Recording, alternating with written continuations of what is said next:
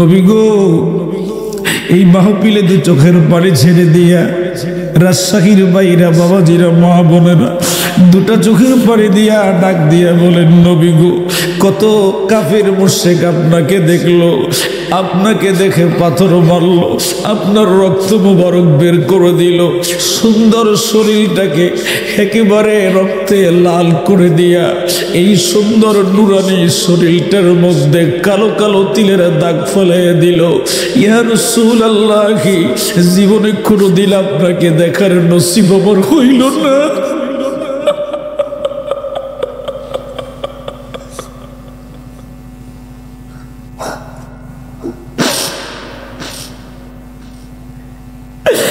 এরে আমার রাজশাহীর সুন্নি মুসলমানের আরি,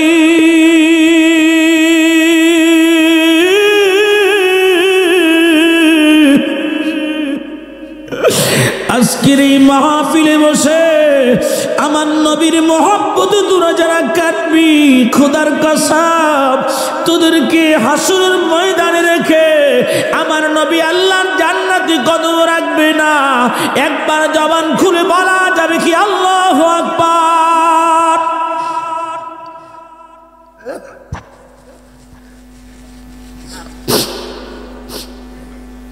বাইরা আমার, এবার নবীজি আল্লাহর আরশের দিকে তাকাবে, ডাক দিয়ে বলবে আল্লাহ।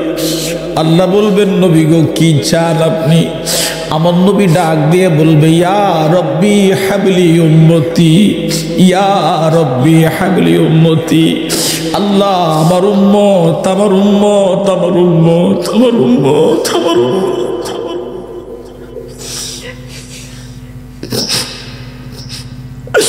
আল্লাহ, আমার উম্মত, আমার উম্মত, আমার উম্মত, আমার উম্মত, আমার উম্মত। ইশারা করে ডাক দিয়ে বলবে, মালিক, আমার উম্মতেরা জাহান্নামে পড়ে পড়ে পড়ে পড়ে আমি নবীকে স্মরণ করতেছে।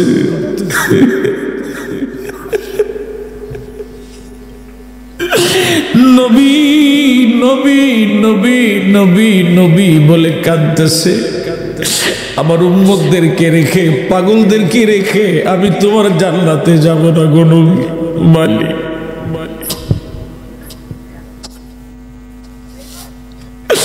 এ নন্দনপুরের মায়েরা গভীর মনোযোগ লাগান। আমাদের একজন আম্মা জান ছিল, আম্মা জান আয়েশা সিদ্দিকা। তিনি ডাক দিয়ে বলেন, নবীর উম্মতেরা শোনো, নবী ইউসুফকে দেখে ওই মিশরের মেয়েরা সেদিন তারা ইউসুফের সৌন্দর্যের কারণে লেবু কাটতে গিয়ে হাত কেটেছে।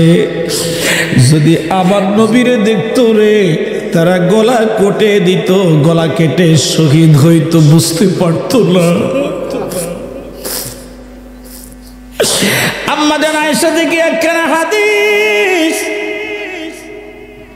উনি সেলাই কাজে ব্যস্ত, হঠাৎ করে হাত থেকে সেলাই জন্য সুই পড়ে গেছে। উনি পাচ্ছিলেন না, ঘর ছিল অন্ধকার, জাইতুনের কুফিটা নিভে গেছে। আম্মা জান আয়েশা বলেন, এমন সময় নবীজি আমার হুজরার মধ্যে আসলো। আসার পরে নবীজির চেহারা মোবারকের আলোতে আমার অন্ধকার ঘর আলোকিত হয়ে গেছে। আমি তোমার প্রেমের ভিখারি ইয়া রাসূলুল্লাহ, আমি তোমার প্রেমের ভিখারি ইয়া হাবিবাল্লাহ, আমি তোমার প্রেমের ভিখারি। বলো, আমি তোমার প্রেমের ভিখারি ইয়া রাসূল, আমি তোমার প্রেমের ভিখারি। বলো, আমি তোমার প্রেমের ভিখারি ইয়া রাসূলুল্লাহ, আমি তোমার প্রেমের ভিখারি ইয়া হাবিবাল্লাহ, ইয়া রাসূলুল্লাহ, আমি তোমার ভিখারি। বন্ধুরে, গজল গায়ে আজকে আর সময় নেব না, কথা বলতে বড় কষ্ট হয়, কিন্তু আপনাদের মহব্বত আমাকে বারবার বেঁধে রাখতেছে। আম্মা জান আয়েশা দেখলেন নবীজি জুব্বা মোবারক খুলছে, খোলার পরে দেখতেছে এই সুন্দর নুরানি জামান মোবারকের মধ্যে তিলা তিলা কালো কালো দাগ দেখা যায়। নবীজি ডাক দিয়ে বলেন, আয়েশা রে কি দেখছো এইভাবে? ডাক দিয়ে বলে, ইয়া রাসূলুল্লাহ, এত সুন্দর শরীরের মধ্যে এই কালো কালো দাগগুলি মানায় না ইয়া রাসূলুল্লাহ। আপনি আল্লাহর কাছে দোয়া করেন, আল্লাহ যেন আপনার শরীর থেকে এই দাগগুলো তুলে নেয়। আমার নবী হাওয়া করে চিৎকার করে কান্দে আর বলে, আয়েশা রে, তুমি কি জানো এই মক্কার জমিনে, তাইফের জমিনে আমি যখন কালেমার জন্য মানুষের কাছে দাওয়াত নিয়ে যাইতাম, পাথর মেরে আমি নবীকে শহীদ করার জন্য সমস্ত শরীরটাকে রক্ত শূন্য করে দিত রে আয়েশা। এই দাগগুলি আমার আল্লাহর দরবারে আমি দেখাবো, দেখায়া দেখায়া দেখায়া দেখায়া আমার ইতিম উম্মতগুলিরে আমি আল্লাহর জান্নাতে পৌঁছায়া দিব।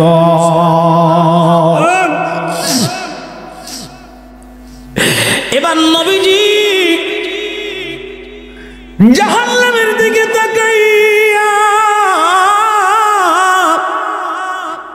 দু চোখের পানি ছেড়ে দিয়া কাঁদবে আর বলবে, আল্লাহ একবার মায়া নজরে তাকান, আমার উম্মতগুলি জাহান্নামের মধ্যে আছে। এবার বাইরা রে, ওই জাহান্নামের মধ্যে উম্মতেরা নবীজি ময়দানে মহাশার ছাড়ে না। লম্বা সময় যাওয়ার পরেও নবীজি জান্নাতে কদম রাখে না। মুসলমান, ও মুসলমানেরা গভীর মনোযোগ লাগান।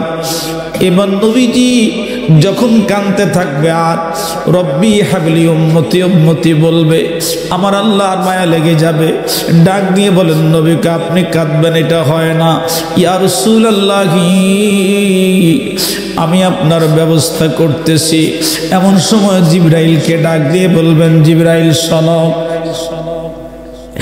আমি তোমার কাছে এক পেয়ালা পানি রেখেছি।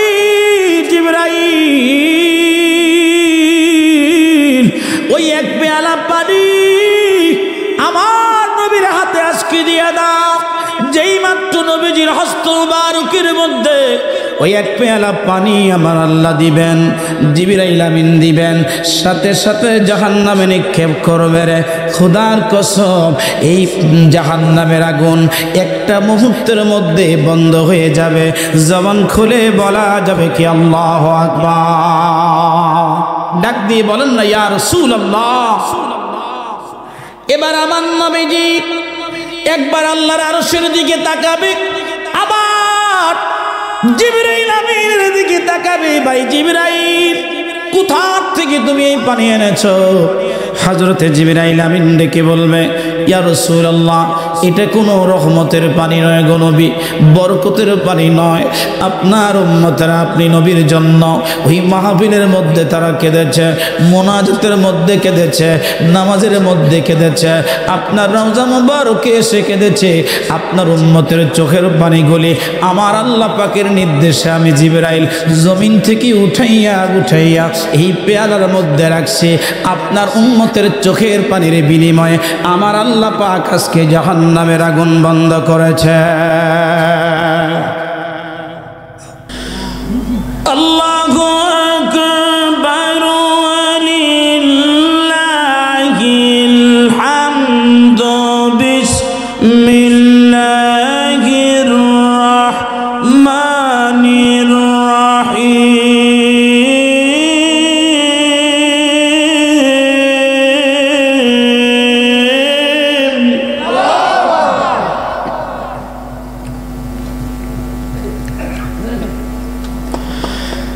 আর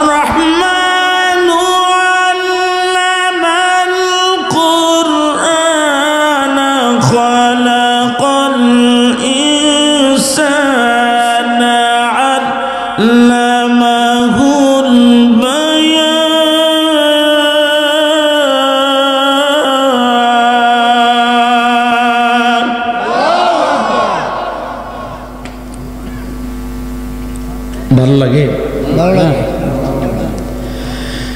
الشمس والقمر بحسبان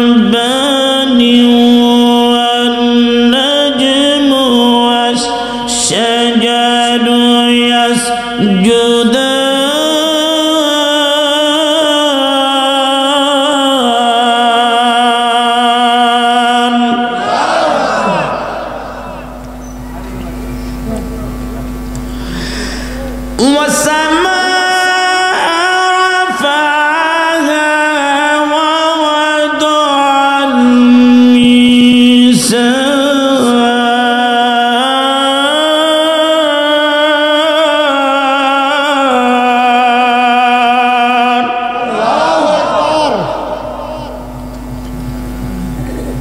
এই মিজানের কথা আল্লাহ আমাদেরকে সূরা রহমানের মধ্যে স্মরণ করায় দিচ্ছে।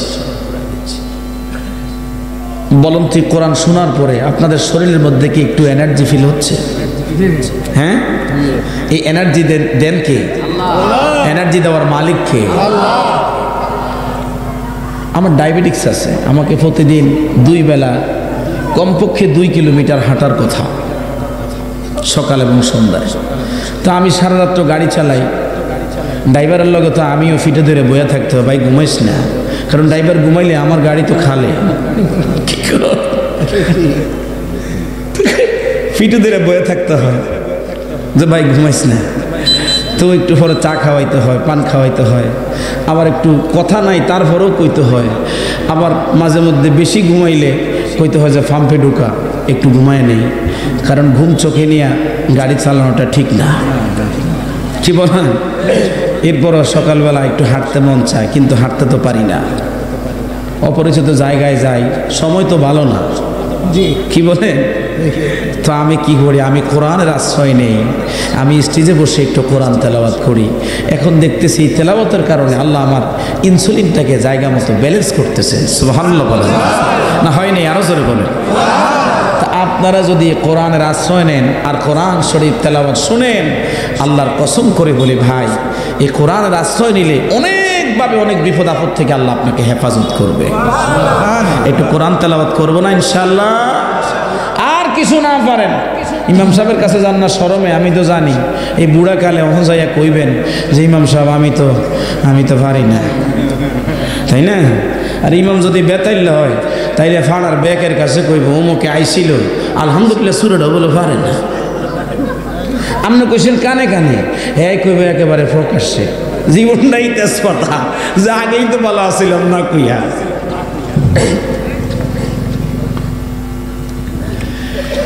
এই কোরআনের সুর তো মধুর, গভীর মনোযোগ লাগান মুসলমান। এই পৃথিবীর মধ্যে আল্লাহ পাক 2 জন মানুষকে সুন্দর কণ্ঠ দান করেছিলেন, তার মধ্যে একজনের নাম হযরত দাউদ আলাইহিস সালাম, দাউদ নবী গো। ওনাকে একটা কিতাব আমার আল্লাহ দিয়ে দিলেন, যার নাম হলো জবর কিতাব।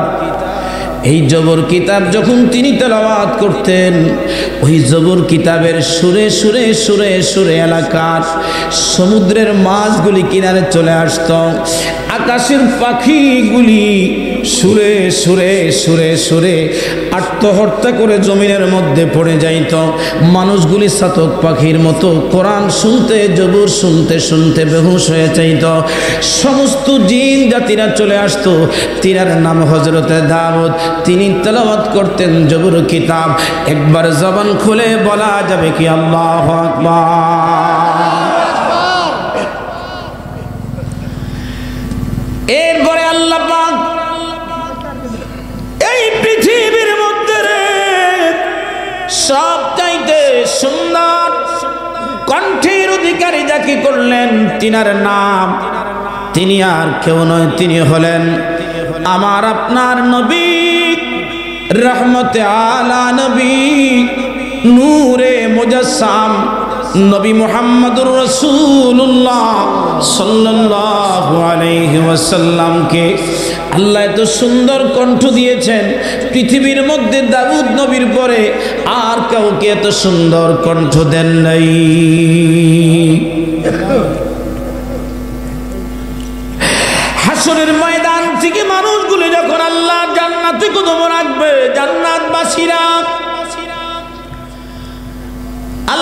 প্রশ্ন করবেন জান্নাতবাসীরা, তোমরা কি চাও? আমার এই জান্নাতের মধ্যে কি বালাখানা তোমাদের প্রয়োজন বলো? বলে আল্লাহ বালাখানা চাই না গো, তোমার কালাম থেকে আজকে একটু মনোনীত ব্যক্তিদের মাধ্যমে একটু তেলাওয়াত করে শোনাও। তোমার কালামের তেলাওয়াত অনেক দিন ধরে আমরা শুনি না, আজকে জান্নাতের উদ্বোধন হবে কোরআন তেলাওয়াত দিয়া। জবান খুলে কথা বলুন মারহাবা।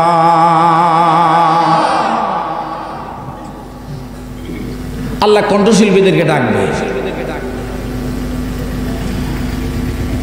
ওই জান্নাতের মধ্যে সর্বপ্রথম যিনি তেলাওয়াত করবেন তিনার নাম নবী দাউদ আলাইহিস সালাম। দাউদ নবীকে আল্লাহ ডাকবে আর বলবে, দাউদ নবী গো, ও দাউদ নবী, আমার এই জান্নাতের মধ্যে সর্বপ্রথম আপনি একটু তেলাওয়াত করে শোনান। দাউদ নবী আসবে রে। দাউদ নবী এসে তেলাওয়াত শুরু করবেন। আল্লাহ, আমি কি আমার জবুর থেকে তেলাওয়াত করব নাকি? বলে না, আপনি আসার পরে আমি আল্লাহ দাউদ জাবুরের আইন বাতিল করে দিয়েছি। আপনি আমার নবী, আখিরি নবী, রাহমাতুল লিল আলামিনের কোরআন থেকে তেলাওয়াত করবেন। মালিক, কোন জায়গা থেকে আমি তেলাওয়াত করব? এবার আল্লাহ ডাক দিয়ে বলেন, দাউদ নবী গো, আপনি সূরা ইউসুফ আজকে তেলাওয়াত করে আমার বান্দাদেরকে শোনান। দাউদ নবী সূরা ইউসুফ থেকে তেলাওয়াত করে শোনাবে। মানুষগুলি গলা কাটা মুরগির নান চটপট চটপট চটপট চটপট চটপট করতে থাকবে মুসলমান। এক পর্যায়ে সূরা ইউসুফ তেলাওয়াত শেষ হবে। আর ওই সূরা ইউসুফ তেলাওয়াত শেষ হওয়ার সাথে সাথে মানুষগুলি মৃত মানুষের মতো বেহুশ হয়ে যাবে। একদিন না, দুদিন না, 3000 বছর মানুষ জান্নাতে ঘুমাবে, একটা মানুষের ঘুম ভাঙবে না, পিপাসা লাগবে না, কষ্ট হবে না, বুঝতে পারবে না। একবার জবান খুলে বলা যাবে কি আল্লাহু আকবার। আর জোরে বলো আল্লাহু আকবার। কষ্ট নাই, পরিশ্রম নাই, ঘুমের মধ্যেও কিন্তু ক্লান্তি আসে। কি দেখো আছে না, লং টাইম ঘুমাইলে হাত পা ব্যথা করে না? সকালবেলা ফজরের নামাজ পইরা খায়রুল ভাই কইতেছে, ভাই কি খাইবেন এত সকালে? আমি বললাম কি আছে? কয় আছে যা আছে। আসার পরে 2-3 পিস পেয়ারা খাইলাম, খাওয়ার পরে যে একটা ঘুম দিলাম। আমি বললাম, খবরদার, আমি আপনাকে না ডাকলে আপনি আসবেন না। বেড়ায় তো দেড় দূর, তারাই না আমার কাছে ডরে। এবার আমি উঠা দেখতেছি আমার 3টা বাজে গেছে। তা আমার সাথে যারা আসিল হেরাও ঘুমাইতেছে। আমি কি কিরে নামাজ টামাজ আজকে পড়বি না? হুজুর পড়বো। আপনি তো উঠেন লেগে ডরে, আমরা উঠি না। এবার দেখতেছি ঘুম যে একটু বেশি হয়েছে হওয়ার কারণে এখন আমার শরীর ব্যথা করতেছে লম্বা সময়। সবাই তো হাঁটাহাঁটি করতে পারে, প্রধান বক্তা যদি রাস্তার মধ্যে আইয়া বুট বাদাম খায় তো হেয়ার ওয়াশ মানছে শুনবো? জীবনে শুনবো না। হ্যাঁ তো আমগমতই 3000 বছরে একটানা মানুষ ঘুমাবে। ওই দিক থেকে মা বোনদের ঘুম দেখবেন, বাইদের থেকে বোনদের ঘুম পাতলা। কারণ সময়তে স্বামীরে সময় দেওয়া লাগে, বাচ্চারে সময় দেওয়া লাগে, আরেকটাই প্রস্রাব করে, আরেকটা পায়খানা করে, আরেকটার খিদা লাগে। এরকম করতে করতে বোনের আর ঘুমাইতে পারে না। এই জান্নাতের মধ্যে যাই বেজার লাগাই দিব। আল্লাহ আমগো স্বামী করে এইভাবে ঘুম পাড়ায় রাখলে আমগো কি ভাল লাগে? তাড়াতাড়ি আমগো স্বামী করে আমগরে ফেরত দেন। বেডাগো কি আর বউর কথা মনে আসে? আল্লাহ ঘুম থেকে উঠাইবে, বেটা উঠ। আল্লাহ উঠাই দিব। উঠাই দেওয়ার পরে কইব, আল্লাহ উড়াইলেন কেন? কে তোকে কিছু মনে কয় না। আল্লাহ ভিত্রে ভিত্রে কইব, যা তোকে বউগো কাছে যা। হেরা উঠটা কইব, কি জানেন নেই আমগো বউটাও দরকার নাই, ওই কোরআন তেলাওয়াতটা আবার একটু শোনান। হয় নাই? আরো জোরে বলে কি শোনা? এ কোরআন প্রতিদিন আপনাকে স্মরণ করে, ও বান্দা আমাকে একটু চুমা দে।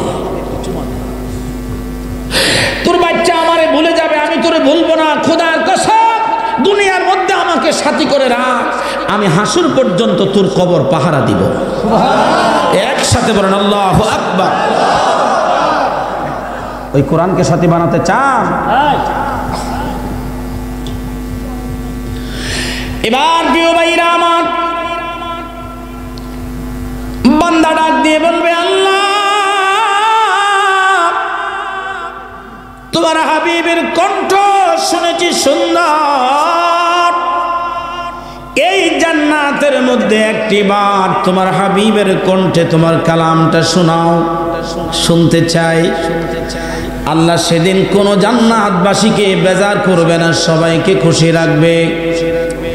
সব জান্নাতবাসীরা একসাথে বলবে, আমার প্রিয় নবীকে একটি বারের জন্য তোমার জান্নাতের মধ্যে কোরআন তেলাওয়াত করার সুযোগ করে দাও। কারণ ওই দিনের মাহফিলে চিফ গেস্ট আর কেউ না, চিফ গেস্ট থাকবে রে আমার আপনার নবী, নূরে মুজাসসাম নবী, রহমতে আলা নবী, রাহমাতুল লিল আলামিন। সেদিন আমাদের মঞ্চে উপস্থিত থাকবে, জবান খুলে বলা যাবে কি আল্লাহু আকবার।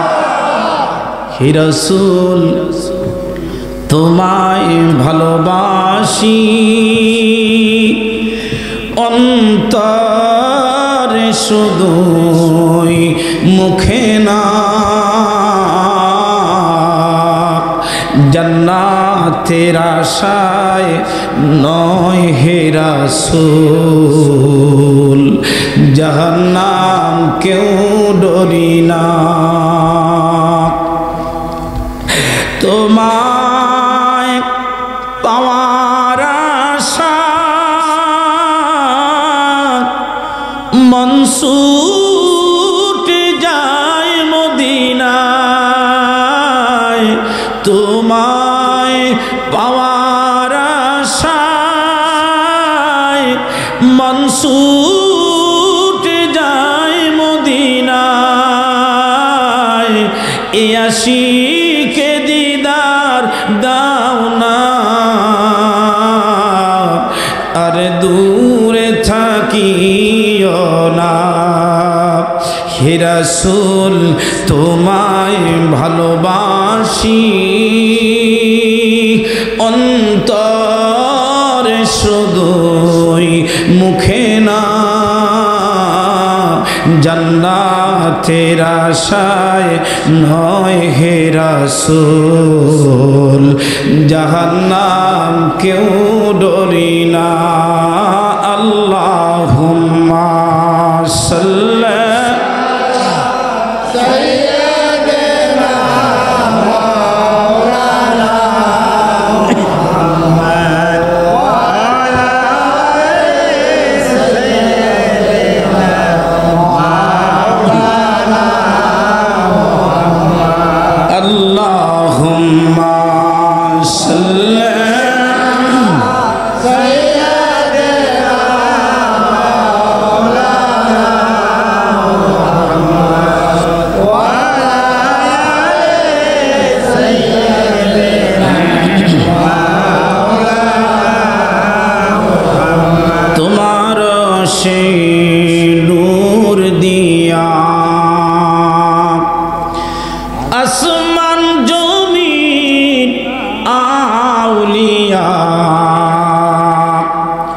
शरे जहान पैदा किया पाक नामे मोहम्मद अल्लाहुम्मा सल्ली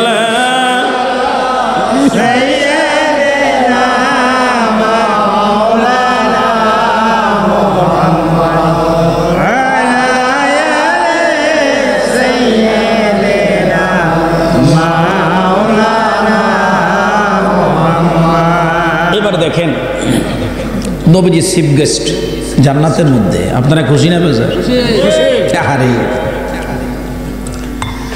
ওই দিন আল্লাহ ডাক দিয়ে বলবে, যারা তোমরা আমার নবীকে আন্ডার এস্টিমেট করছো দূরে চলে যাও। আমরা যারা আহলে সুন্নাত ওয়াল জামাতের সদস্য, আমরা জীবনের চাইতে আমার নবীকে বেশি ভালোবাসি। জবান খুলে বলুন ঠিক না বেঠে? আমরা যারা আহলে সুন্নাত ওয়াল জামাতের সদস্য, আমরা জীবন দিব কিন্তু নবী দিব না। ইমাম হুসাইন কারবালার ময়দানে নবী দেয় নাই, জীবন দিয়েছে, নবী দেয় নাই। আমরা প্রয়োজনে জীবন দিব রে, কিন্তু আমরা নবী দিব না।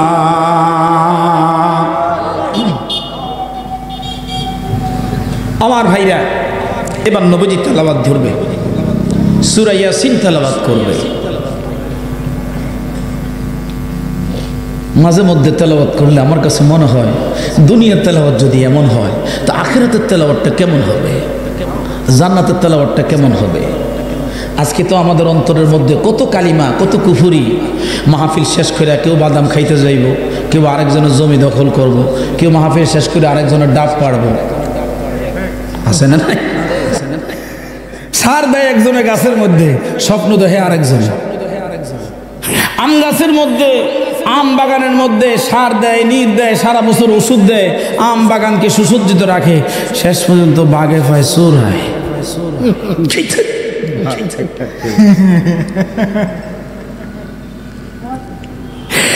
আল্লাহর হাবিব দাঁড়িয়ে যাবে জান্নাতের মধ্যে, সূরা ইয়াসিন তেলাওয়াত করবে মুসলমান। আবার জান্নাতবাসীরা বেহুশ হয়ে যাবে, মাতাল হয়ে যাবে। এই মানুষগুলি তেলাওয়াত শুনতে শুনতে শুনতে শুনতে শুনতে শুনতে গলা কাটা মুরগির নান চটমট করতে থাকবে। একদিকে তেলাওয়াত শেষ হবে, আর অপর দিকে মানুষগুলি বেহুশ হবে, আরো 3000 বছর ঘুমাবে। একটা মানুষের ঘুম ভাঙবে না, ঘুম ভাঙবে না। জবান খুলে বলা যাবে কি আল্লাহু আকবার। চিন্তা করেন, ওই তেলাওয়াত থেকে আপনারা গাফেল। আমরা কি কোরআনের দোয়া চাই না? ঠিক। এর আগে কি কেউ বলছিল যে কোরআন শরীফ বান্দার জন্য দোয়া করে? শুনছিলেন? সত্যি কথা বুঝবে বলছে না। আজকে আমি সিরাজি বলে দিলাম, এই কোরআন যেই করে তেলাওয়াত হয়, দেখবেন আপনার 5টা বাচ্চা, এর মধ্যে একটা বাচ্চা একটু কোরআন তেলাওয়াত করে, নামাজ পড়ে, দেখবেন এটা বাজারে গেলে বরকত, এটা স্কুলে গেলে বরকত, এটা পরীক্ষা দিলে বরকত, কারোর কোনো কাজে গেলে বরকত, এটা ফুসকুনিতে গেলে বরকত, এটা জমিতে গেলে বরকত। কারণ কি? এটার বরকত না, বরকত নামাজের বরকত। কথা কন ঠিক না ব্যাটে? এই জন্য যদি 5টা বাচ্চা হয়, এই 5টা বাচ্চা আপনার জান্নাত, যদি সন্তান সুসন্তান হয়। আর সন্তানকে সুসন্তান আর কুসন্তান দুইটাই মা বাবা বানায়। বলবেন সিরাজি ভাই এটা আবার কি বললেন? মা বাবা কিভাবে বানায়? ও ভাই, আপনি যদি আপনার সন্তানকে নামাজি বানান তাহলে সন্তান নামাজি হবে, আর আপনি যদি সন্তানকে ড্যান্সার বানান সন্তান ড্যান্সার হবে, আপনি যদি নাচনিওয়ালা বানান সন্তান নাচনিওয়ালা হবে, আপনি যদি সন্তানকে গায়ক বানান গায়ক হবে, আর যদি নবী কামলিওয়ালার নাতে রসুলওয়ালা বানান আপনার সন্তান নাতে রসুলওয়ালা হবে। কথা বলুন ঠিক না ব্যাঠে? এই জন্য এটার দায়িত্ব আপনার, সৌজেবল দায়িত্ব। নেক্সটে যদি আমি এই মাহফিলে আসি, ওই দিন যেন সবাই হাত তুলে বলতে পারেন, হুজুর ওই নন্দনপুরের মাহফিলে বলছিলেন যে কে কে বাচ্চা মাদ্রাসায় রাখছো, 4-5 জনে বলছিল। আজকে আমরা শতভাগ মানুষ আমাদের বাচ্চাগুলি মাদ্রাসায় দিয়া, আজকে আমরা মাদ্রাসার সুসন্তানের বাবা হয়ে আপনার মাহফিলে আসতে পারছি। আল্লাহ তৌফিক দিছে। আমি ওই মানুষগুলি আগামী মাহফিলে দেখতে চাই। আল্লাহ কবুল করেন, বলেন আমিন।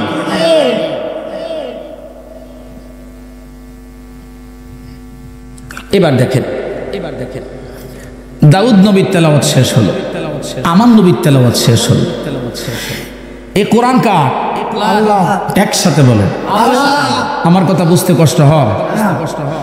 এ কোরআন কার? এ কোরআন আমার আল্লাহ। এবার বান্দারা কি কইব জানেননি?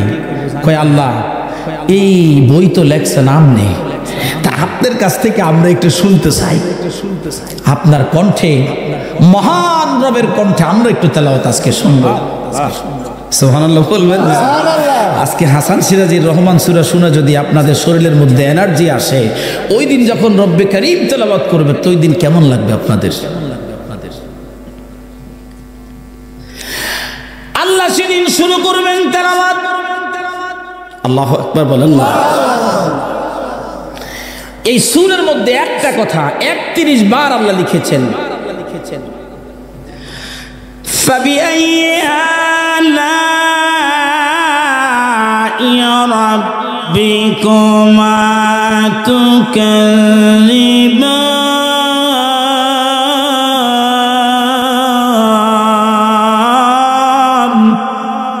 31 বার এই কথাটা কোন কোন নিয়ামত আমার এই সৃষ্টির মধ্যে কোন নিয়ামতটা তোমরা অস্বীকার করবা বলো যদি সাহস থাকে 31 বার এই সূরার মধ্যে আল্লাহ এই কথাটা লিখেছে একসাথে বলবেন না আল্লাহু আকবার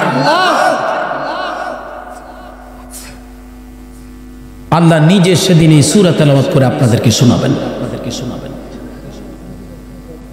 এই মানুষগুলি উঠা বসা কেন করে আমি বুঝি না কি বুঝা উঠা বসা করে একটা মানুষ মাহফিল থেকে উঠলে যে আমার চোখে লাগে এটাও তারা বুঝে না আমার যে অল্প মানুষের মধ্যে কথা বলতে কষ্ট হয় এই যে কয়েকটা মানুষ আমার পাশে বসা এদের দিকে তাকায়া যে আমি ওয়াজ করতেছি এটা তারা বুঝতেছে না আমার কিন্তু অল্প মানুষের মধ্যে কথা বলতে এখন কষ্ট হয় কথা গুছাই আনতে কষ্ট হয় দয়া করে আমি লম্বা সময় আলোচনা করব না মোটামুটি 1 ঘন্টা হয়ে গেছে আর 20-25 মিনিট বসতে পারবেন না পারবেন তো কষ্ট হবে আল্লাহ কবুল করেন বলেন আমিন এবার আমি জান্নাতবাসীদের ছোট্ট একটা চিত্র আপনাদের তুলে নিয়ে আসবো আশা করি এরপরেই মোনাজাত হয়ে যাবে লম্বা সময় করব না কারণ আমি গত রাত্রে দেখেছি এই এলাকার মানুষ আপনারা 4টা কেউ 3:30 কেউ 4টার মধ্যে আপনারা উঠে যান তো সেই সময় উঠতে হলে মোটামুটি 11টার মধ্যে ঘুমাইতে পারলে 12টার মধ্যে ঘুমাইতে পারলে রাত্রে একটু বিশ্রাম করে তারপরে আবার ফজর নামাজটা স্বাচ্ছন্দ্যে পড়া যায় ঠিক না বেঠে ময়দানে মাহাশিরি মসজিদে নববীর মধ্যে একজন সাহাবী ডাক দিয়ে বললেন ইয়া রাসূলুল্লাহ আজকে আমরা সবাই নিচে বসা আপনি মিম্বরে নবী গো ওই দিন তো আপনি সমস্ত পয়গম্বরদের সাথে আপনি ব্যস্ত থাকবেন ইয়া রাসূলুল্লাহ যদি কোনো বিপদে কোনো ব্যাপারে যদি আপনাকে আমার জরুরত হয় কারণ আমি নালায়েক মানুষ আমার জীবনে তেমন কোনো আমল করতে পারি নাই জীবনের সন্ধ্যাবেলা আপনি আখিরি নবীকে পাইলাম নবী গো ইচ্ছা মতো মন ভরে আপনার গোলামি করতে পারি নাই গো নবী ওই ময়দানে মাহাচারে যদি আপনাকে আমি প্রয়োজন মনে করি সেদিন তো আপনি সমস্ত পয়গম্বরদের সাথে আপনি থাকবেন আপনার মর্তবা থাকবে অনেক উপরে আমি মিসকিন আপনাকে প্রয়োজন বোধ করলে কোথায় পাবো ইয়া রাসূলুল্লাহ আমাকে একটু বলে দেন ওই স্টেশনটা কোথায় আমাকে একটু বলে দেন নবীজি কান্না ভেজা কণ্ঠে মিম্বর থেকে নেমে গেলেন দাঁড়িয়ে চোখের পানিগুলো ছেড়ে দিয়া ডাক দিয়ে বলে উম্মত শোনো ওই দিন আমি কোন জায়গায় থাকবো আমি বলতে পারি না তবে হ্যাঁ আমি 3টা জায়গায় থাকবো একটা জায়গা হলো হাসরের ময়দানের মধ্যে 3টা জায়গা প্রথম জায়গা হলো মিজান যেখানে আমার উম্মতের মিজানের পাল্লা ওজন করা হবে দ্বিতীয় নম্বরে হলো ফুলসিরাত এই ফুলসিরাতের মধ্যে আমার উম্মতেরা ফুলসিরাতের এই পাড় হলো হাসর ওই পাড় হলো জান্নাত মাঝখানে হলো জাহান্নাম আমি নিজে দাঁড়াইয়া আমার উম্মতদেরকে আমি ফুলসিরাত পার করে দিব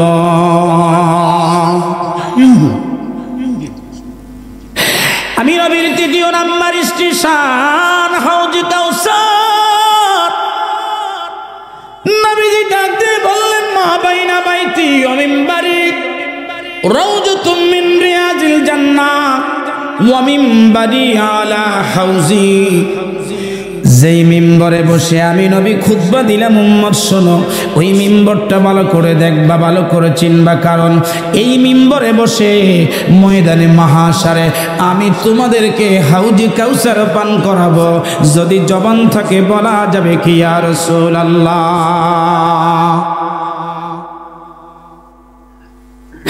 শ্রেষ্ঠ নবী দিলাবুরি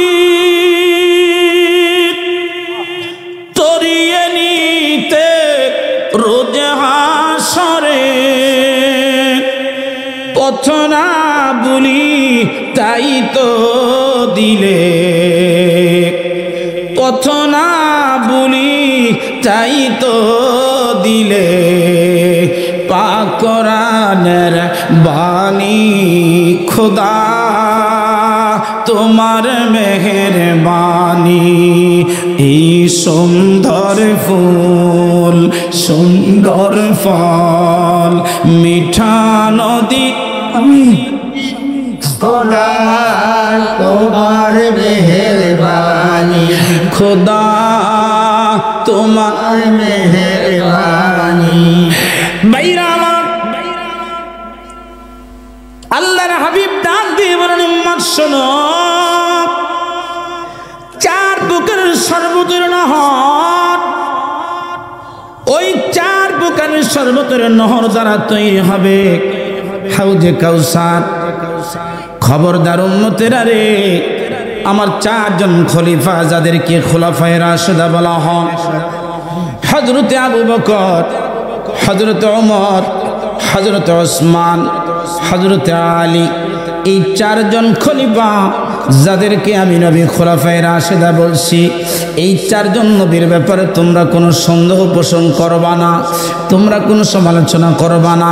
তোমরা যারা দুনিয়ার মধ্যে এই চারজন সাহাবীর ব্যাপারে তোমরা সন্দেহ পোষণ করবা, সমালোচনা করবা উম্মত, তোমাদেরকে ময়দানে মাহশরে আমি সেদিন হাউজে কাউসার দিতে পারবো না। কারণ এই হাউজে কাউসারের যেই নহর, এই নহরের চতুর্পাশে আমার চারজন সাহাবী পাহারা দিবে, পাহারা দিবে, পাহারা দিবে, পাহারা দিবে।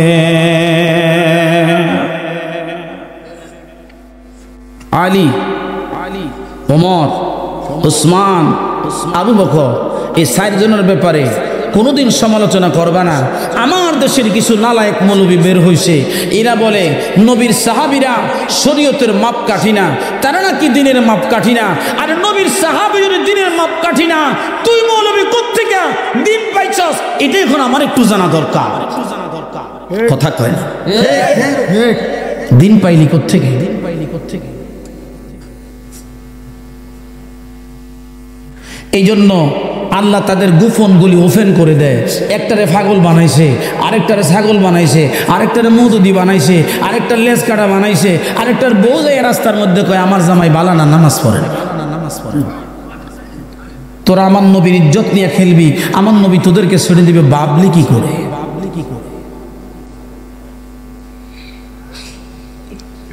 আমার নবীর ইজ্জত নিয়ে যারা খেলবে, খোদার কসম এই জমিনের মধ্যে ইঁদুরের লাথি খেয়ে তার জীবন যাবে, সাধারণ জীবন যাপন তার জন্য কোনোদিন সম্ভব হবে না, হবে না, হবে না। কথা বলুন ঠিক না বেঠে?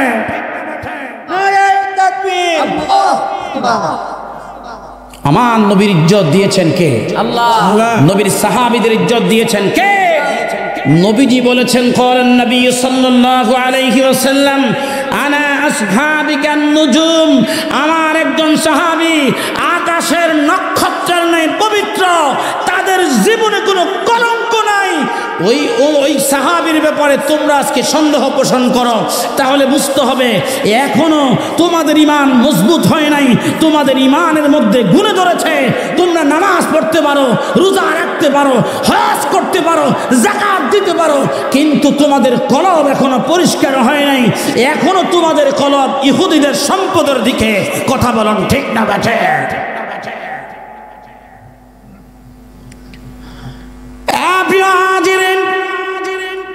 মহাব্বতের কান লাগান, এই ময়দানে মাহাশের দিকে কিছু উম্মতকে আল্লাহ পাক পুলসিরাত পার করাবেন, আর কিছু উম্মত থেকে পার করাবেন না। কারণ ওই উম্মতদের কিছু ভুল থাকবে, যেই ভুলের জন্য তাদেরকে জাহান্নামে দেওয়া হবে। আমার নবীর দরবারে সাহাবায়ে কেরাম আরজ করলেন, ইয়া রাসূলুল্লাহ, সেই দিন ছিল শুক্রবার, আর সময়টা ছিল ফজরের নামাজের পরে। নবীজির দরবারে আরজ করলেন, ইয়া রাসূলুল্লাহ, নবী গো, শুনেছি ফুলসিরাত নাকি 30,000 বছরের রাস্তা। ইয়া রাসূলুল্লাহ, বলেন না, শুনে একটু মনটা সান্ত্বনা দেই। আমরা যারা রাত্রি জাগ্রত হই, তাহাজ্জুদ পড়ি, নামাজ পড়ি, আপনার উম্মতদের মধ্যে এই মুমিনদের জন্য কোনো স্পেশাল অফার আছে কিনা? আপনার এই উম্মতের জন্য স্পেশাল কোন অফার আছে কিনা ইয়া রাসূলুল্লাহ? আমার নবী ডাক দিয়ে বলেন, উম্মত শুনো রে, আমার একজন মুমিন উম্মত যখন ওই ফুলসেরাতের মধ্যে উঠবে, ওই ফুলসেরাত তখন আর চিকন থাকবে না, ওই চুলের মতো চিকন থাকবে না, হীরার চাইতে দাঁড় হবে না। তখন আমার উম্মত হাঁটতে পারে, চলতে পারে, ফিরতে পারে, যাইতে পারে রে। আমার উম্মত ওই ফুলসেরাত দিয়ে চলতে পারে, এর জন্য ফুলসেরাত ফলটা মোটা হয়ে যাবে আর তাদের জন্য ছোট হবে, সময় লাগবে কম।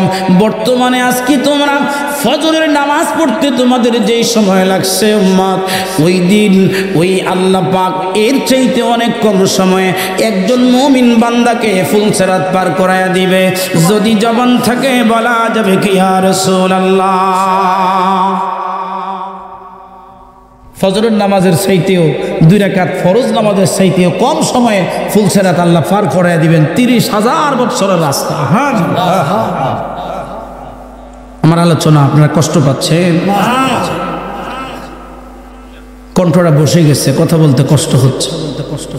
এখন যদি 2-4টা কথা না বলে যাই, কালকে সকালবেলা চা দোকানের মধ্যে আলোচনার জট, সিরাজি আইছিল, আমরাও গেছিলাম, কিন্তু ওয়াজ তো করলো না, গেল গা ফাজদামি করে গেল গা। এটা আমনের আবার কইবি। আল্লাহ পাক রব্বুল আলামিন ওলামাদের সম্মান বাড়িয়ে দিয়ে বলছেন, বনি ইসরাইলের একজন নবীর যেই সম্মান, আমি নবীর উম্মতের ওই সম্মান। নবীর মতো ক্ষমতা, নবীর মতো পাওয়ার। বনি ইসরাইলের একজন নবী 900 বছর হেদায়েত দিলেন, দাওয়াত দিলেন, মানুষ পাইছে 20 জন। আমার নবীর একজন উম্মত খাজা আজমিরি, সেঞ্জিরি, মাইনউদ্দিন চিশতি একই ফ্যান্ডেলে 9 লক্ষ মানুষকে একসাথে কালেমা পড়াইছে। না হয় নাই? আরো জোরে বলে। আমার নবীর উম্মতের পাওয়ার সত্যবাদী একজন। আব্দুল কাদের জিলানীর পাওয়ারটা কেমন ছিল? বিনা ওযুতে ওনার নাম যদি কেউ নিত, সাথে সাথে মাথা পড়ে গেছে, কল্লা পড়ে গেছে। এত গরম অলি ছিল, এত গরম। এখন কয় অলিরা কিচ্ছু না। ওই বেডারে যদি সেদিন ঠান্ডা না করে যেত, তাইলে আজকে বুঝতো যে ওযু না করে ওনার নাম নিলে কি হয়, এটা বুঝতো।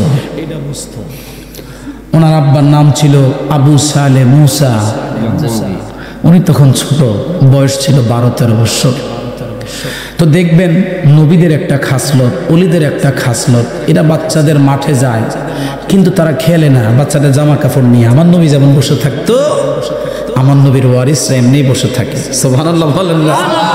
তা আব্দুল কাদের জিলানী বসে আছে জামা কাপড় নিয়ে, ফাঁস দিয়ে একটা মহিলা গুনগুন কইরা ওই জামার মধ্যে এইভাবে একটা গুঞ্জে, কেউ যেন না দেখে, একটা কাঁঠাল লয়ে যাইতেছে, নতুন গাছের কাঁঠাল। তা আব্দুল কাদের জিলানী তো ফোলাফান মানুষ, ফোলাফান তো ফোলাফানি, মাঝে মধ্যে ফোলাফান রে মসজিদের ইমামতিও নেই না, খবরটা আগে বুড়ো হইয়ালো। তারপরে আব্দুল কাদের জিলানী বুড়িরে জিগায়, আম্মা কই যা? কয় আমার ফির সাহেবের বাড়ি। কয় তোমার কাপড়ের নিচে এটা কি? কয়টা কাঁঠাল। কয় ফোলাফান্ডি কষ্ট করে খেলতেছে, দিয়ে দাও ফোলাফান্ডে। দেখছো ফোলার সাহস কত, আমার ফির সাহেবের লেগে নিতেছি। আর ফোলাই কয় ফোলারে ফোলাফান্ডে দিয়ে দিতাম, যাবাটা দিতাম না। দরবারে যাওয়ার পরে হুজুরে দেখছে নতুন কাঁঠাল, নতুন গাছের কাঁঠাল, একটু গ্যারান্টানো আছে। ভাঙ্গার পরে দেখে যে এটা ছাই হয়ে রয়েছে, কালা ছাই হয়ে রয়েছে। হুজুরে জিজ্ঞা কয় রাস্তায় কেউ চাইছিল নি? এটা একটা ফিচ্ছি বলে চাইছিল। যারা চাইছে হ্যাঁ করে দিয়ে যাও। এবার যখন ওইখানে গেছে, ফেরত লয়ে এসে আস্তে আস্তে ওই যে ভাঙ্গা কাঁঠালটা আল্লাহ পাক অলির বরকতে এটা আবার সুন্দর করে জোড়া লাগাই দিয়েছে। জোড়া লাগাই দেওয়ার পরে হুজুরে ডাক দিছে, যারা খেলতেছে এই সবাই আয়, ওই যে আম্মায় কাঁঠাল আনছে, খাইয়া আবার খেল। কাঁঠাল হুজুরে বানছে, কাঁঠাল আবার লাল হয়ে গেছে, কালা কাঁঠাল এখন লাল হলুদ হয়ে গেছে। যেমন স্বাদ তেমন দেখতে সুন্দর। বিড়ি তো বুঝতে পারে না কি রে সমস্যা কি, এখানে এই অবস্থা, ওখানে দেখলাম কালা, এখানে সাদা, অবস্থাটা কিরে বাবা। এবার এটা খাওয়ার পরে বোতার ওই যে কাঁঠালের বোতা টোতা মিলাইয়া হুজুর কি করছে, এটি এমনি বইটা মার কাছে দিয়া কয়, আম্মা এটা যাই আমের ফিস সাহেবরে দেন গা। কি কো এটা দিতাম, দেন গা। ওমা কি কারিশমা, ওলিদের হলো কারামত, নবীদের হলো মুজিজা। আমার নবী বলছেন ওলিদের কারামত সত্য, পড়েন না মারহাবা।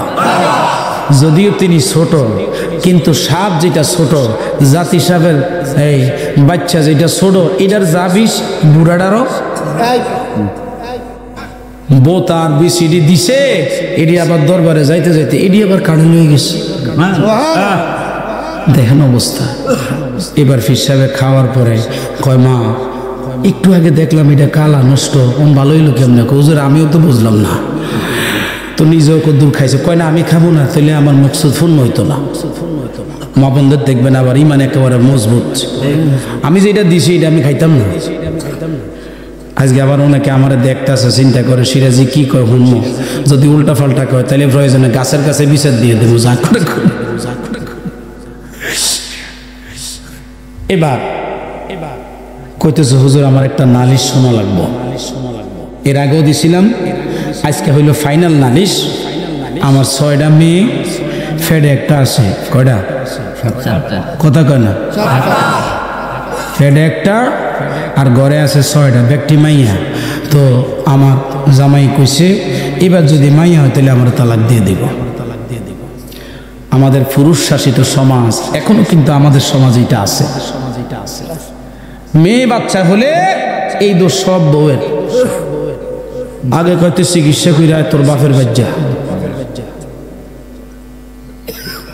2টা হয়েছে 3টার সময়। আরে নবীজি বলছে তোমার যদি একটা মেয়ে হয় তাহলে তোমার একটা জান্নাত। একজন সাহাবী ডাক দিয়ে বলেন, ইয়া রাসূলুল্লাহ যদি আমার 10টা কন্যা হয়, তুমি 10টা জান্নাতের মালিক। হয়নি, আরো জোরে বলেন। রে কিল্লা এরম খরচ, এটা কিল্লা এরম করে।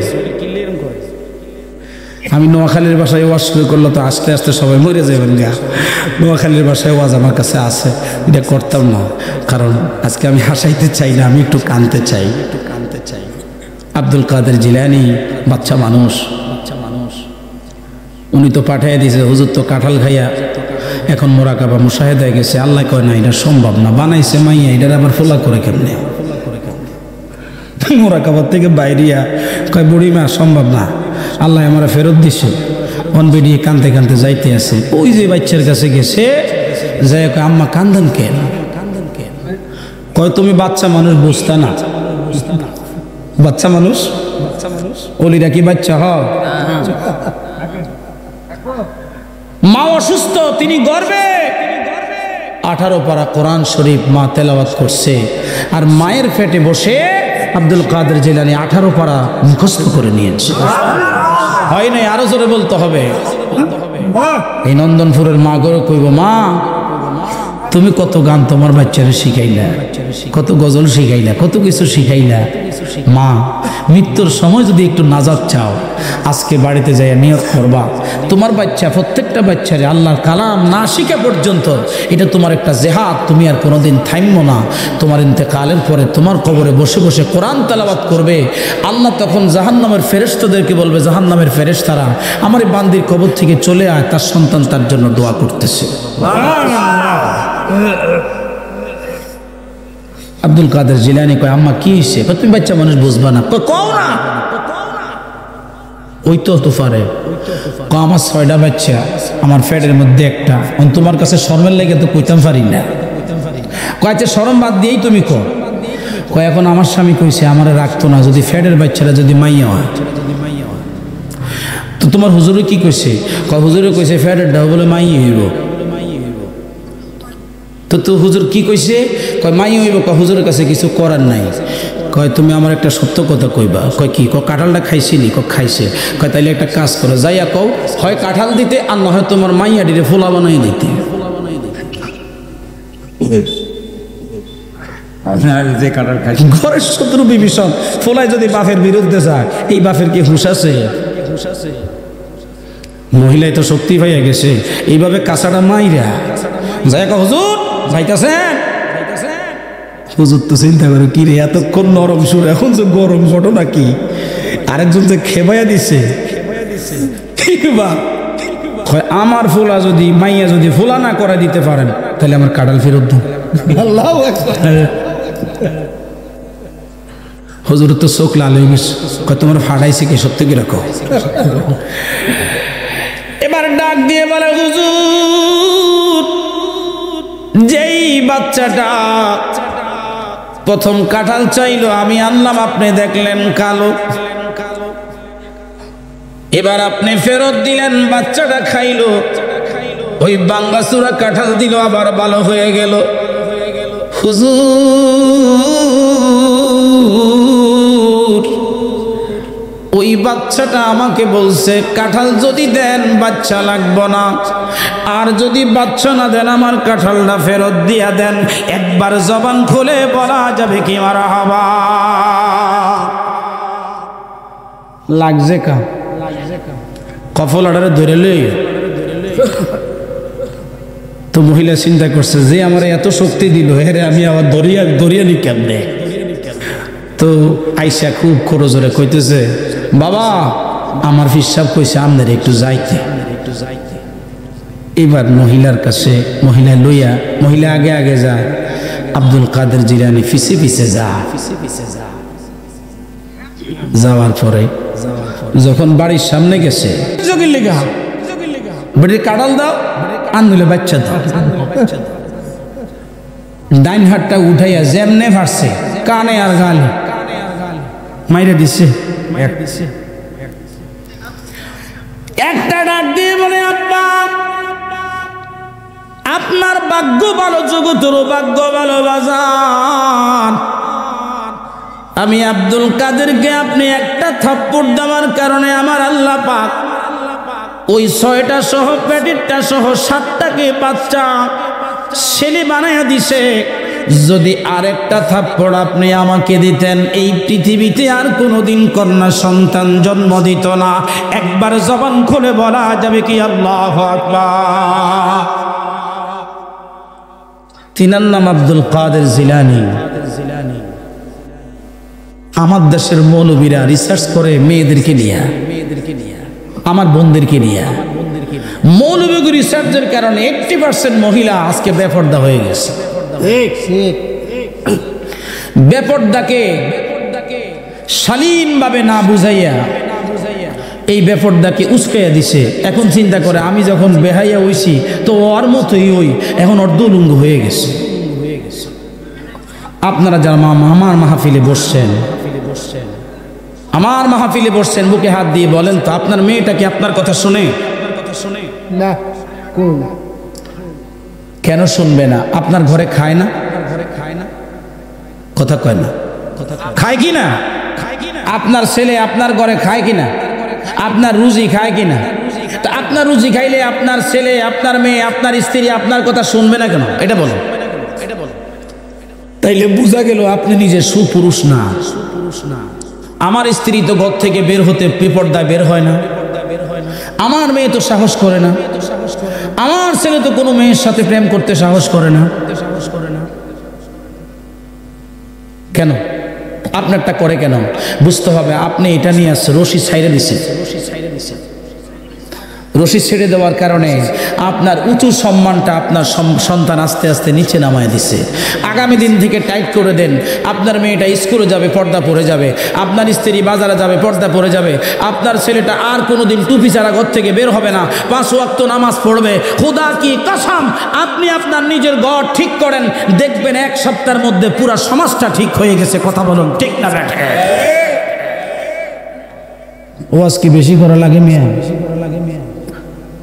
ওয়াজ বেশি করা লাগে না, কিন্তু শোনেন, আপনি যেটা বললেন যে পর্দা হয়, মেয়ে মানুষ আজকাল পর্দা করা ধরেছে, বোরকা পরে বেশিরভাগ খাচ্ছে।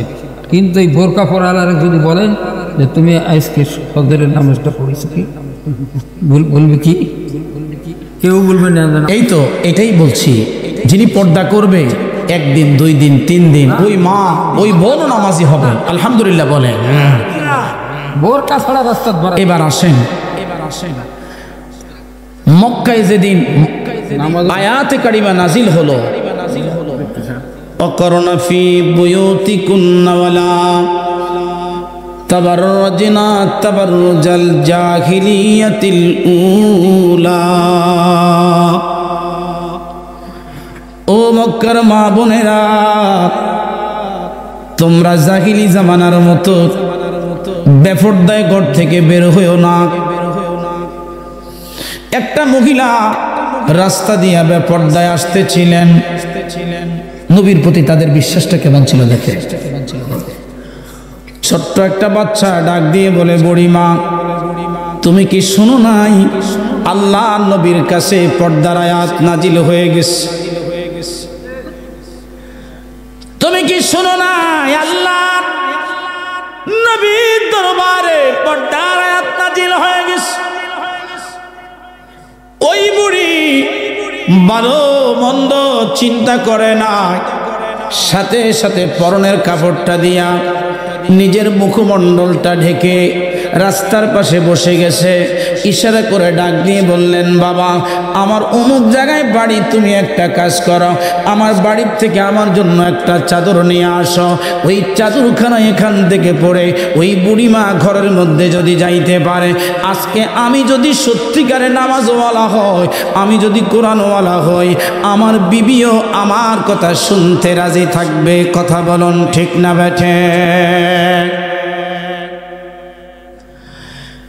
এ প্রিয় মুসলমান রাজশাহীবাসী, শুনে না,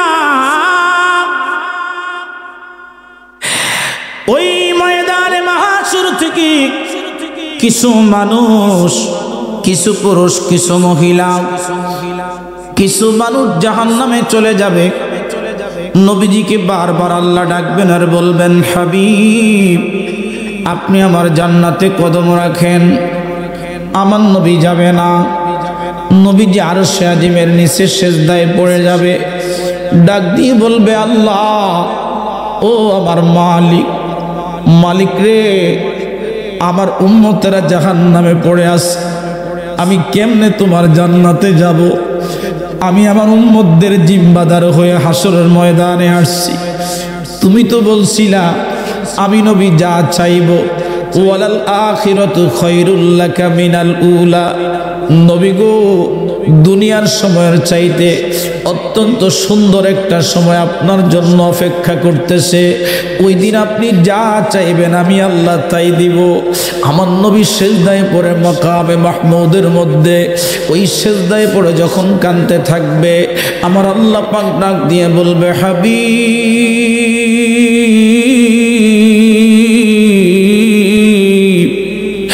ইরফা রাসাক, আপনি আপনার মাথা মুবারক আমার আরশের দিকে উঠান।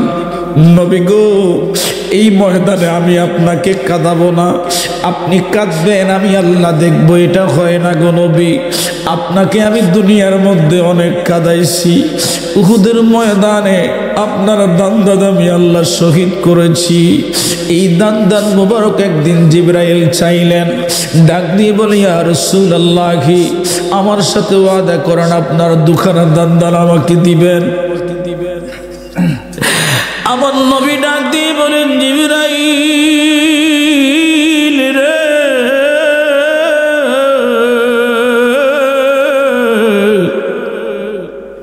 আমি পরম যত্নে আমার দান দুখানা রেখে দিয়েছি রে জিবরাইল।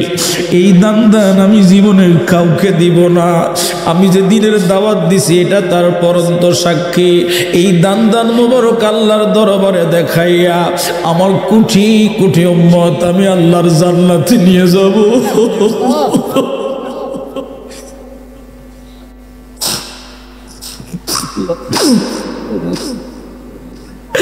हे सब्ज गुंबद वाले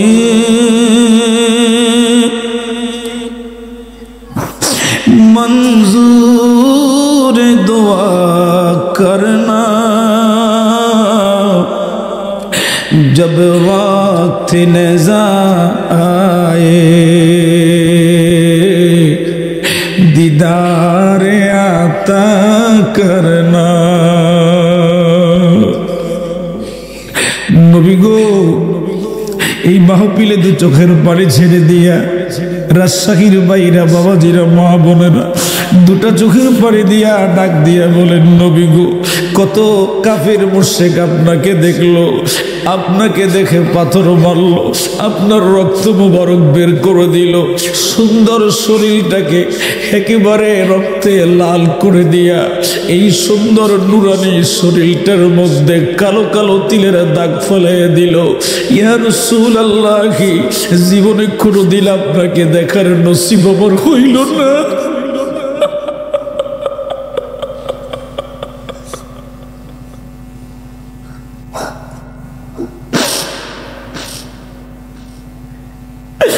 এরে আমার রাজশাহীর সুন্নি মুসলমানের আরি,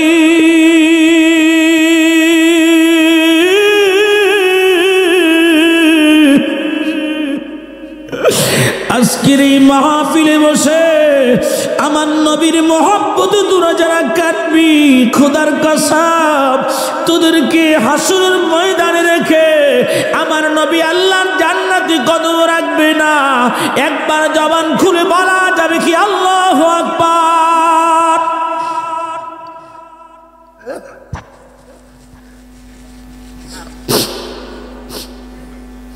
বাইরা আমার, এবার নবীজি আল্লাহর আরশের দিকে তাকাবে, ডাক দিয়ে বলবে আল্লাহ। আল্লাহ বলবেন নবী গো কি চান আপনি? আমার নবী ডাক দিয়ে বলবে ইয়া রব্বি হাবলি উম্মতি, ইয়া রব্বি হাবলি উম্মতি। আল্লাহ আমার উম্মত, আমার উম্মত, আমার উম্মত, আমার উম্মত, আমার উম্মত।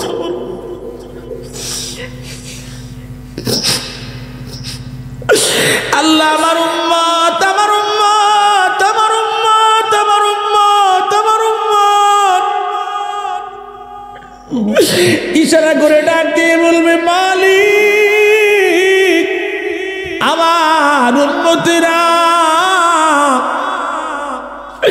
জাহান্নামে পড়ে পড়ে পড়ে পড়ে আমি নবীকে স্মরণ করতেছে।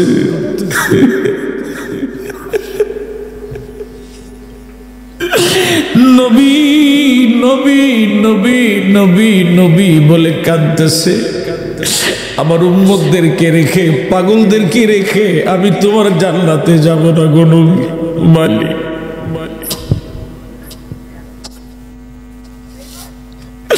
এ নন্দনপুরের মায়েরা গভীর মনোযোগ লাগান।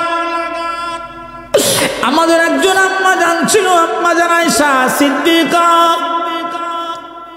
তিনি ডাক দিয়ে বলেন নবীর উম্মতেরা শোনো,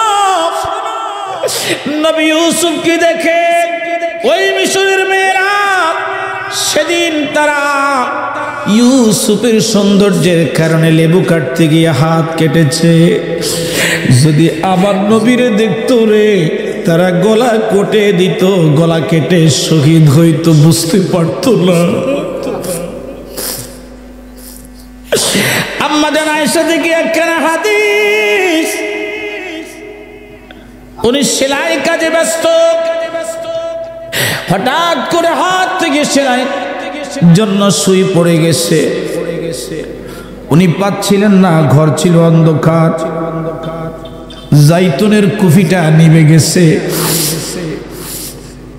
আম্মা জান আয়েশা বলেন এমন সময় নবীজি আমার হুজরার মধ্যে আসলো।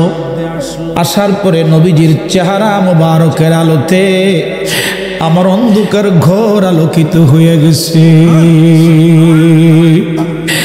আমি তোমার প্রেমের ভিখারি ইয়া রাসূলুল্লাহ,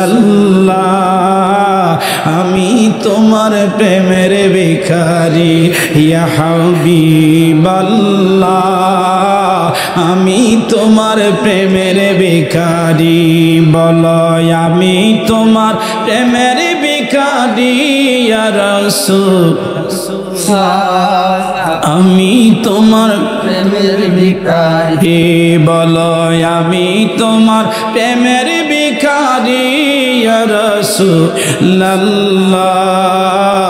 আমি তোমার প্রেমের ভিখারি ইয়া হাবিবাল্লাহ ইয়া রাসূলুল্লাহ আমি তোমার প্রেমের ভিখারি বন্ধুরে গজল গায়ে আজকে আর সময় নিব না, কথা বলতে বড় কষ্ট হয়, কিন্তু আপনাদের মহব্বত আমাকে বারবার বেঁধে রাখতেছে। আম্মা জান আয়েশা দেখলেন নবীজি জুব্বা মুবারক খুলছে, খোলার পরে দেখতেছে এই সুন্দর নুরানি জামান মুবারকের মধ্যে তিলা তিলা কালো কালো দাগ দেখা যায়। নবীজি ডাক দিয়ে বলেন আয়েশা রে কি দেখছো এইভাবে? ডাক দিয়ে বলে ইয়া রাসূলুল্লাহ এত সুন্দর শরীরের মধ্যে এই কালো কালো দাগগুলি মানায় না ইয়া রাসূলুল্লাহ, আপনি আল্লাহর কাছে দোয়া করেন আল্লাহ যেন আপনার শরীর থেকে এই দাগগুলো তুলে নেয়। আমার নবী হাওয়া করে চিৎকার করে কান্দে আর বলে আয়েশা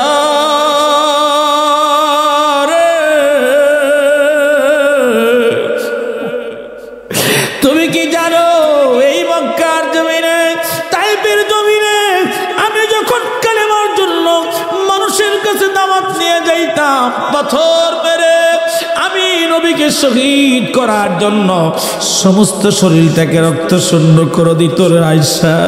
এই দাগগুলি আমার আল্লাহর দরবারে আমি দেখাবো, দেখাইয়া দেখাইয়া দেখাইয়া দেখাইয়া আমার ইতিম উম্মতগুলিরে আমি আল্লাহর জান্নাতে পৌঁছায়া দিব।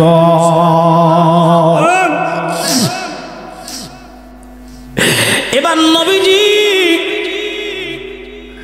জাহান্নামের দিকে তাকাইয়া দু চোখের পানি ছেড়ে দিয়া কাঁদবে আর বলবে আল্লাহ একবার মায়া নজরে তাকান, আমার উম্মতগুলি জাহান্নামের মধ্যে আছে। এবার বাইরে ওই জাহান্নামের মধ্যে উম্মতেরা নবীজি ময়দানে মহাশার ছাড়ে না, লম্বা সময় যাওয়ার পরেও নবীজি জান্নাতে কদম রাখে না। মুসলমান ও মুসলমানেরা গভীর মনোযোগ লাগান। এবার নবীজি যখন কাঁদতে থাকবে আর রব্বি হাবলি উম্মতি উম্মতি বলবে, আমার আল্লাহর মায়া লেগে যাবে। ডাক দিয়ে বলেন নবীকে আপনি কাঁদবেন, এটা হয় না। ইয়া রাসূলুল্লাহি আমি আপনার ব্যবস্থা করতেছি। এমন সময় জিবরাইলকে ডাক দিয়ে বলবেন জিবরাইল শোনো, আমি তোমার কাছে এক পেয়ালা পানি রেখেছি। জিবরাইল ওই এক পেয়ালা পানি আমার নবীর হাতে আজকে দিয়ে দাও। যেই মাত্র নবীজির হস্ত মুবারকের মধ্যে ওই এক পেয়ালা পানি আমার আল্লাহ দিবেন, জিবরাইল আমিন দিবেন, সাথে সাথে জাহান্নামে নিক্ষেপ করবে রে। খোদার কসম এই জাহান্নামের আগুন একটা মুহূর্তের মধ্যে বন্ধ হয়ে যাবে, জবান খুলে বলা যাবে কি আল্লাহু আকবার। ডাক দিয়ে বলেন না ইয়া রাসূলুল্লাহ। এবার আমার নবীজি একবার আল্লাহর আরশের দিকে তাকাবে, আবার জিবরাইল আমিনের দিকে তাকাবে। ভাই জিবরাইল কোথা থেকে তুমি এই পানি এনেছো? হযরতে জিবরাইল আমিন ডেকে বলবে ইয়া রাসূলুল্লাহ এটা কোনো রহমতের পানি নয় গো নবী, বরকতের পানি নয়। আপনার উম্মতেরা আপনি নবীর জন্য ওই মাহফিলের মধ্যে তারা কেঁদেছে, মোনাজাতের মধ্যে কেঁদেছে, নামাজের মধ্যে কেঁদেছে, আপনার রওজা মুবারকে এসে কেঁদেছে। আপনার উম্মতের চোখের পানিগুলি আমার আল্লাহ পাকের নির্দেশে আমি জিবরাইল জমিন থেকে উঠাইয়া উঠাইয়া এই পেয়ালার মধ্যে রাখছি। আপনার উম্মতের চোখের পানির বিনিময়ে আমার আল্লাহ পাক আজকে জাহান্নামের আগুন বন্ধ করেছে।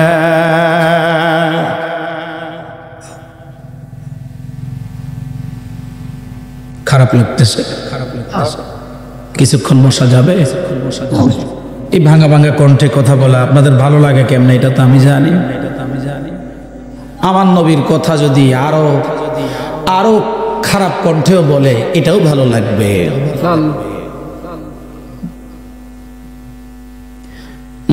मदीने की चाँद के ना कैसे खींचो मेरा दीनार दुनिया मदीने में है। एक साथ बोलें ना, या रसूल अल्लाह या हबीबल या रसूल अल्लाह या हबीबल्लाह या रसूल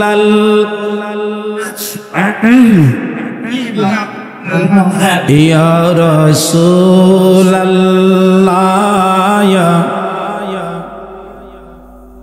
मैं मदीने की चाँद के ना कैसे खींचो मेरा दीनार दुनिया मदीने में है। अर्श आजिम की जिसकी परेशान है,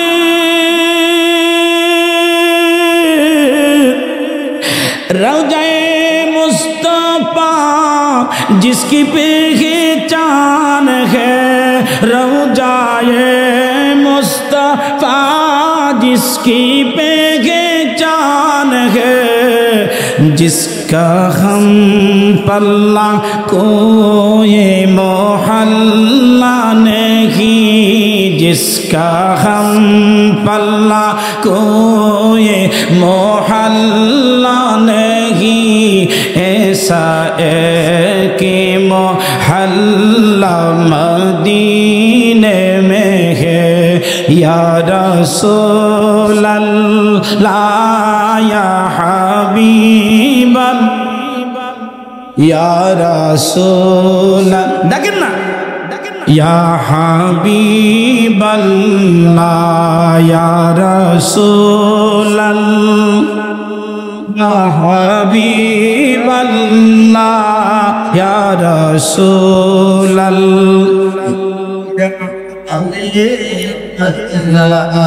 তিনটা জিনিস আজকের এই মাহফিল থেকে আমরা নিয়ে যাব। এক নাম্বার, কোরআন শরীফ তেলাওয়াত নাও যদি জানেন, স্টার্টিংটা করবেন সূরা ফাতিহা দিয়া। কি দিয়া? আগামীকাল ফজর থেকে আল্লাহ যতক্ষণ বাঁচান, কোন ফজরে আর তেলাওয়াত ছাড়া আমরা থাকবো না। হয় না? একসাথে বলেন ইনশাআল্লাহ। দ্বিতীয় নাম্বার, মর্দে মুজাহিদ হিসাবে বাঁচতে হবে। আগে তো আপনি ঘরের লগে জিহাদ করবেন, এরপরে সমাজ, এরপরে আপনার ইউনিয়ন, এরপরে আপনার বাহিরের জিনিস। কি বলেন? তো ঘরের জিহাদ হইল বিবির সাথে প্রথম, যে তুমি যদি নামাজ না পড়ো তাহলে আমার ঘরে খাইবে না, আমার রুজি খাইবে না। কি কোন কইতেন পারবেন না এটা? কারা কারা পারবেন না একটু হাতটা দেখি।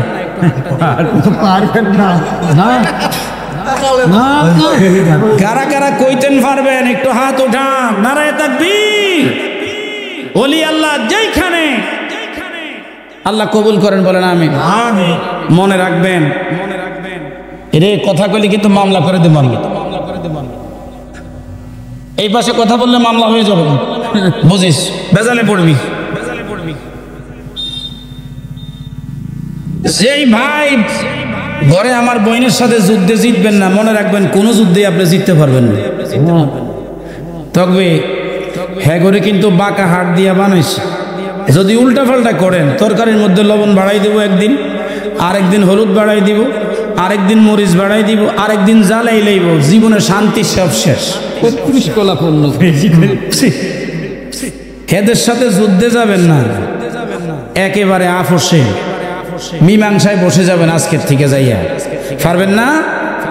হ্যাঁ, যদি আপনার স্ত্রী যদি নামাজি হয়, খোদার কসম আপনার মেয়ে কোনোদিন বেনামাজি হবে না।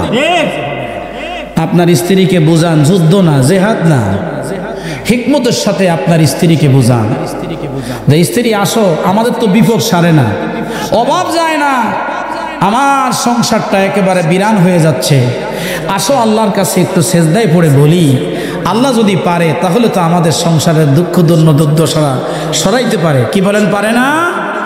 আশা করি আমার বোনের আজকে আসেন, তা আপনারা যেমন দেখতেছেন আমাকে, তারাও আমাকে দেখে। আশা করি আপনাদের সাথে আমিন আমিন তারাও বলতেছে, ঠিক না বেঠে? আপনাদের সাথে আজকে তারাও নিয়ত করতেছে, ঠিক না বেঠে? যদি মনে করেন কোনো আব্বাই যদি আপনারা নামাজের জন্য নিয়ত করেন যে আমি আর নামাজ কামাই দিতাম না, সিরাজির লগে ওয়াদা করছি আর কামাইতাম না, তাইলে দেখবেন আমনের বাচ্চা নেক্সট কোনো মাহফিলে আর দেখবেন ওই বুটবাদামওয়ালায় যাইব না, বুটবাদামওয়ালায় মাসি মারবো, আমরা সবাই আল্লাহর কালামের তেলাওয়াত শুনবো। একসাথে বলেন আল্লাহু আকবার। পারবেন না ইনশাআল্লাহ? এত ছোটোখাটো মাঠে আবার আইনেন না, একটু বড় মাঠে আইনেন। আরও যেন অন্তত 1000-1200 লোক যেন জায়গা দেওয়া যায়, এরকম একটু জায়গার মধ্যে। শহরে না সমস্যা, গ্রামে তো সমস্যা না, যেখানে অন্তত 1000-1200 লোক বসতে পারে এরকম একটা খোলাবেলা জায়গা আমার ডাক দিয়ে। প্রয়োজন আমরা তাবারুক কম খামো, এক ফাতিল আজকে 500 জনে খাইতাম, এইটা এক ফাতিল আমরা 2000 লোকে খামো। অল্প করে খামো, ওয়াজ বেশি করে শুনবো, কি বলেন, ঠিক না বেঠিক? এই জমিনের মধ্যে যদি হেদায়েত না থাকতো তাহলে বাবা এই জমিনে কোনো লাভ হইতো না। মানুষ বেপর্দা থাকতো, বেফাহিশ থাকতো। আল্লাহর ওলিরা এই দেশে এসে দাওয়াত দেওয়ার কারণে আমাদের ঘরে ঘরে কালেমার দাওয়াতটা পৌঁছে গেছে, ঠিক না বেঠিক? তো দাওয়াতটা ছোটোখাটো দিবেন না, আরেকটা দাওয়াত আপনাদেরকে দিয়ে যাই। আমার একটা পাগল ভাই আছে খায়রুল, হিরে সবাই পাগল খোর, বুঝছেন না? কেন পাগল কয় জানেন নি? প্রতি মাসে কম ফারুক বেশ ফারুক কিছু মানুষকে দাওয়াত দিয়ে খাওয়ায়, এই কারণে হ্যাঁ পাগল। আমাদের বহু ঘরে যারা ভিক্ষা দেয় না, ভিক্ষুককে তাড়ায় দেয়, এরাও সেই দেশের ভদ্র মানুষ। আর যারা আল্লাহর বান্দাকে খাওয়ায়, নবীজির দরবারে সাহাবায়ে কেরাম আরজ করলেন, ইয়া রাসূলুল্লাহ আইয়ুল মুসলিমিনা খায়র, নবী গো মুসলমানদের মধ্যে কোন মুসলমান উত্তম? আমার নবী বললেন, যে ব্যক্তি মানুষকে খাওয়ায় ওই ব্যক্তি হলো উত্তম মুসলমান।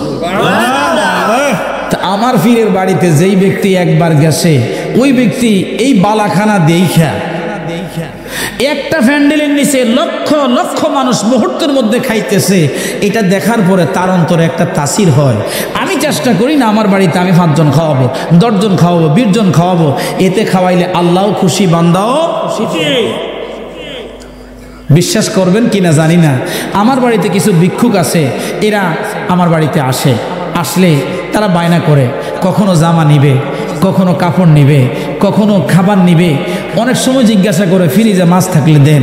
তা আমার স্ত্রী অনেক সময় মহিলাদের সাথে এই আসে, সামনে আসে, তো অনেক সময় আসে না যখন নতুন কোনো মহিলা আসে, কারণ মহিলারা তো মহিলাদের ব্যাপারে কি বলতে পারে এটা আপনারাই ভালো জানেন, সবসময় যায় না। তো পরিচিত কিছু ভিক্ষুক আছে, এদেরকে মাঝে মধ্যে মাসে 15 দিনে একবার ডাকে, ডাইকা এদেরকে দুপুরে আমি বলছি ফাঁক করে খাওয়াইবা।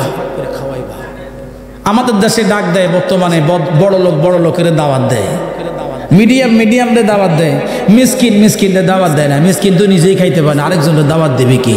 তা আমি বলছি আমার বাড়িতে তোমরা খাওয়াইবা, কারণ আমার বাড়িতে দেশের প্রেসিডেন্ট থেকে মুসি পর্যন্ত খাইছে, এখনো খায়, আগামী দিনও খাবে, যতদিন এই দরবার থাকবে।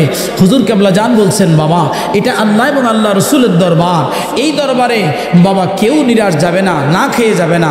যারা আসবে তারা এই বাড়ির মেহমান, আল্লাহ পাক তাদের রিজিক তারা আসার আগে আল্লাহ পাঠিয়ে দেয়। আপনাদের বাড়িতেও মেহমানদারি চালু করেন, যেই বাড়িতে মেহমান আছে ওই বাড়িতে রহমত আছে, সুবহানাল্লাহ। যেই বাড়িতে মেহমান আছে ওই বাড়িতে। আমার খায়রুল কিন্তু পাগল না, দেখতে শুনতে পাগল মনে হয়, পাগল না। একজন জামানার মুজাদ্দিদের কদমে যাওয়ার কারণে তার একটা পরিবর্তন হয়েছে। আপনাদেরকে দাওয়াত দিচ্ছি, আপনারা যাবেন, আপনারা যাবেন, যায়া দেখবেন ওই দরবারে যদি শরীয়তের উপরে আমল করা হয়, শরীয়তের ইস্তেকামত যদি ঠিক থাকে, তাহলে আমি আপনি ওই দরবারে যাইতে সমস্যা কি? কি বলেন? আল্লাহর ওলিদেরকে দেখলে, আল্লাহর ওলিদের সোহবতে গেলে মানুষের এই কলব পরিবর্তন হয়। আমি সিরাজি 1000 বছর ওয়াজ করলে কলব পরিবর্তন হবে না, অথচ নবীজি বলছেন যখন কোনো মাহবুব বান্দার কাছে, মুমিন বান্দার সামনে কোনো মানুষ, সাধারণ মানুষ আছে, আল্লাহ তাদের এই কলবটা পরিবর্তন করে দেয়। যখন পরিবর্তন করে দেয় তখন কোরআনের আলোচনা ভালো লাগে, নামাজ ভালো লাগে, আল্লাহর জিকির ভালো লাগে, আমার নবীর মিলাদ ভালো লাগে, আমার নবীর দুরুদ ভালো লাগে। আর কিছু কিছু মানুষ আছে প্রায় আত্মসে যে পাগল হয়ে গেছে, চেন না? যে ব্যক্তি কোরআন শরীফ পড়ে, আল্লাহর জিকির করে, আমার নবীর দুরুদ পড়ে, এটা পাগল না। পাগল হইলেও হুশের পাগল, এটা জান্নাতের পাগল, নবীর পাগল, ঠিক না বেঠে? নবীর প্রেমিকেরা দিশেহারা মরণের ভয় করে না প্রেম তো মরে না বল প্রেম তো মরে না নবীর প্রেমিকেরা